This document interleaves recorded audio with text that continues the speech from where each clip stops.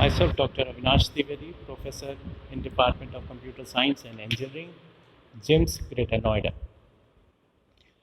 Today we will discuss about Java polymorphism. These are some topics on which we will talk.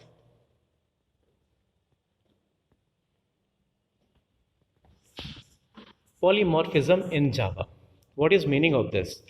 If we talk about simple meaning, poly means many, form means its shape or form.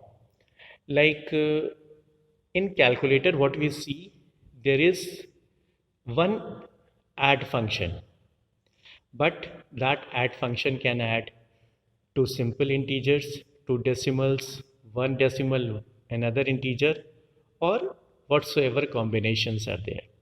So there is only one name, but that can do addition of multiple types of number. Similarly, in object oriented programming, one very important property of OOPS is polymorphism, in which there may be various forms, but names are similar. In some cases, names are similar, but signatures are different, and in some cases, name as well as signatures are completely similar. But based upon the situation, functions are called. So, types of polymorphism in Java. In Java, there are two types of polymorphism. One is compile time polymorphism, and second one is runtime polymorphism. Compile time polymorphism is also known as static polymorphism, and runtime polymorphism is also known as your dynamic polymorphism. So what is compile time polymorphism? It is also known as static polymorphism, and this kind of polymorphism is achieved by function overloading or operator overloading. But in Java, we talk about only function overloading, in which function name will be similar, but signatures will be different. That is, meaning of signature is number of parameters and data return types are different, but names are similar. So first of all, we will discuss about compile time polymorphism. See, in this picture, if we see, uh, it is categorizing two polymorphism. One is known as overloading and second one is known as overriding. In overloading, there is one function, and in class test, there are three functions, all are having same name but having different signatures. But what happens in right side of the image, there is inheritance sort of things. One derived class is accessing properties of the base class. So overriding is taking place.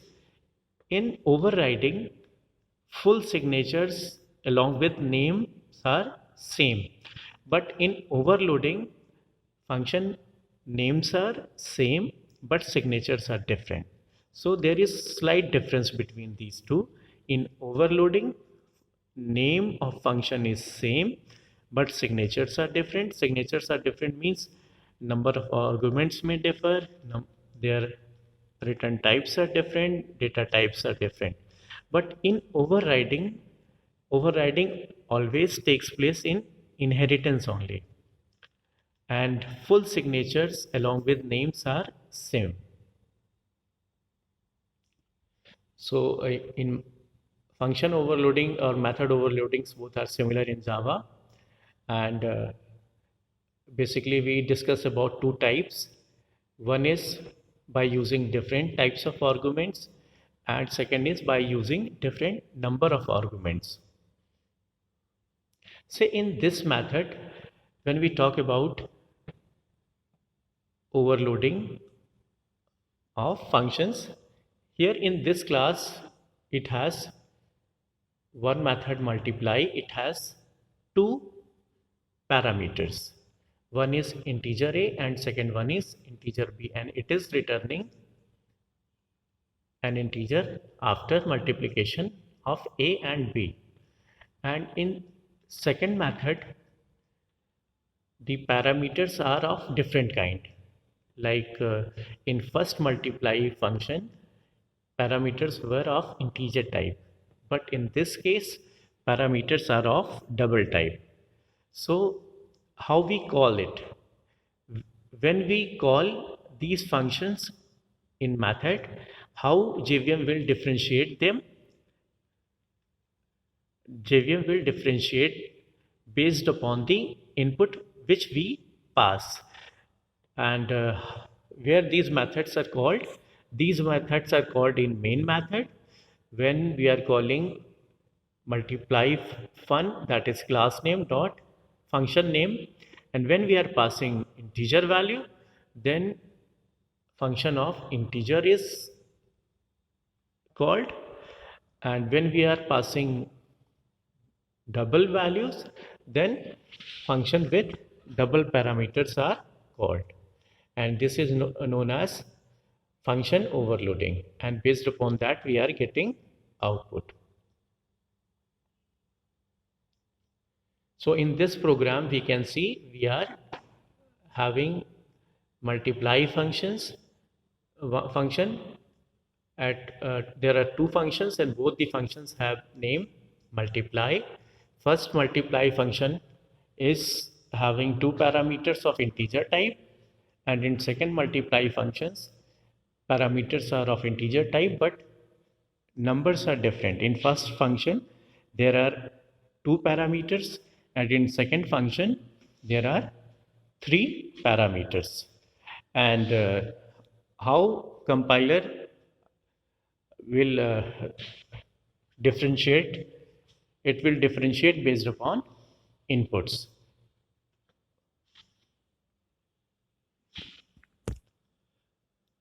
Method overloading in Java. So method overloading is static kind, and it is decided at the compile time. But method overriding is also known as runtime polymorphism. So method overriding is possible in inheritance, and method overriding is redefining a superclass method in a subclass. Meaning of this is like a function is having some definition in superclass, and we are trying to modify that definition in derived class. So this is possible using method overriding. So we say it redefining. So rule of method overriding: the method signature, that is method name and parameter list, will be similar in both the classes, in parent class as well as in child class. The overridden method, that is method of superclass, can override the accessibility but narrow it, that is if it is private in the base class, the child class can make it public but not vice versa.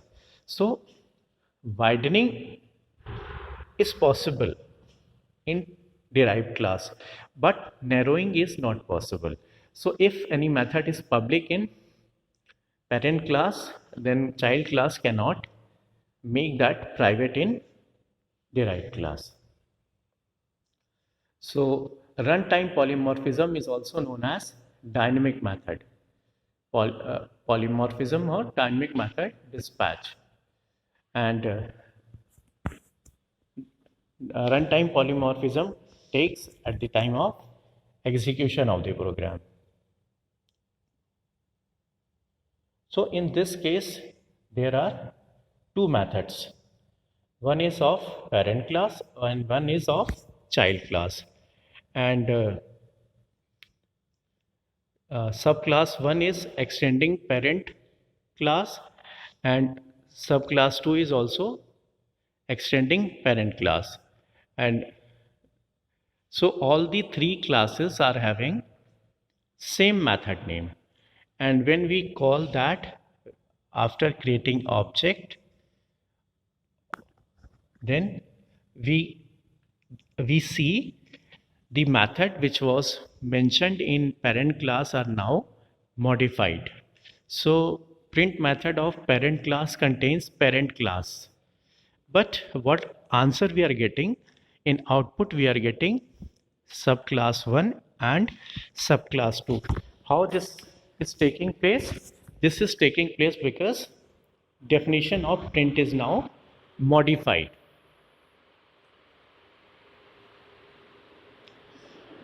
So we can see there is big difference. One is static binding or method overloading, and second one is method overriding or dynamic binding or runtime polymorphism. So in method overloading, function names are same but signatures are different. But in method overriding, your inheritance is mandatory for method overriding and signatures must be similar in parent as well as child class. So if we talk about the name dynamic polymorphism, that is also known as runtime polymorphism, and there is one basic property that we can use. We can create instance variable of parent class, but that instance variable can be used to refer object of child class. This is possible, and this will call child class method. So in this image we can see objects are created in heap, and obj is an object of parent class, but once we write obj dot treat patient, it means this will call child class method.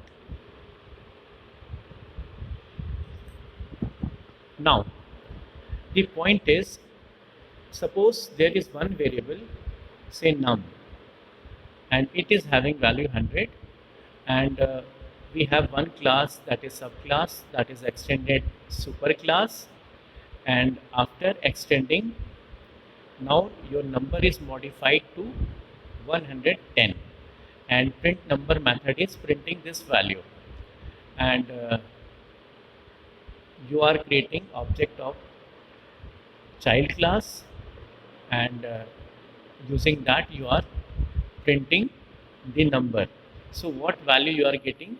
You are getting 110, and if you wish to access parent class num value, that is not possible when you are not using or creating parent class objects.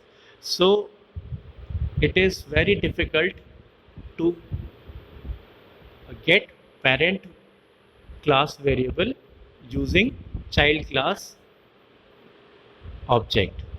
This is possible with the help of some other technique. Similarly, if we want to access method of parent class using child class object, this is also possible, but to access parent class method, we will require some other mechanism. So this is only possible with the help of super keyword. So super keyword is a keyword that refers to the object of immediate parent class. So you can access parent class members like variables, methods, as well as constructor, and it can access no argument as well as parameterized constructor of parent class. Now we will see how we can access super keyword to access variables as well as method of parent class. See in this example, excuse me, there is super class and it is having value variable num that contains value 100. Now this class extends super class, and after extending, your number is now modified to 110. And in your print number method, while printing, if you write super dot num, so this will access parent class variable value. If we write simply num, so it will show your subclass variable value. So in this case we are getting 100 after creating child class object. So in main method we have created one child class object, but once we access print number method, it prints the value of superclass. Why it is printing value of superclass or parent class? Because we are mentioning here super dot num. So super value can help in accessing parent class variable. Similarly, in this method, we are trying to access method of parent class. How do we access method of parent class? We need to mention super dot common method name. So display method is present in both parent class as well as child class, but we want to access method of parent class. That is why we are writing super dot display. So with the help of super keyword, we will able to access the method of parent class. When your super keyword is not required, if any method is not common in parent class or child class, then we do not require any super method, and we can call parent method as well as child methods. No need of super keyword here. And we can invoke constructor of parent class also. So in this program there is parent class and it is having its constructor, and when we are inheriting parent class in child class, that is subclass, in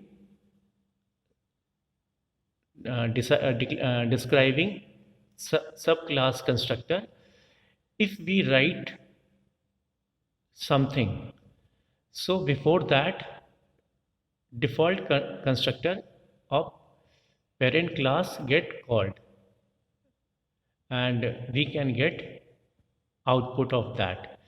And if by default we are interested to call parent class constructor, then that should be the first statement while describing our child constructor.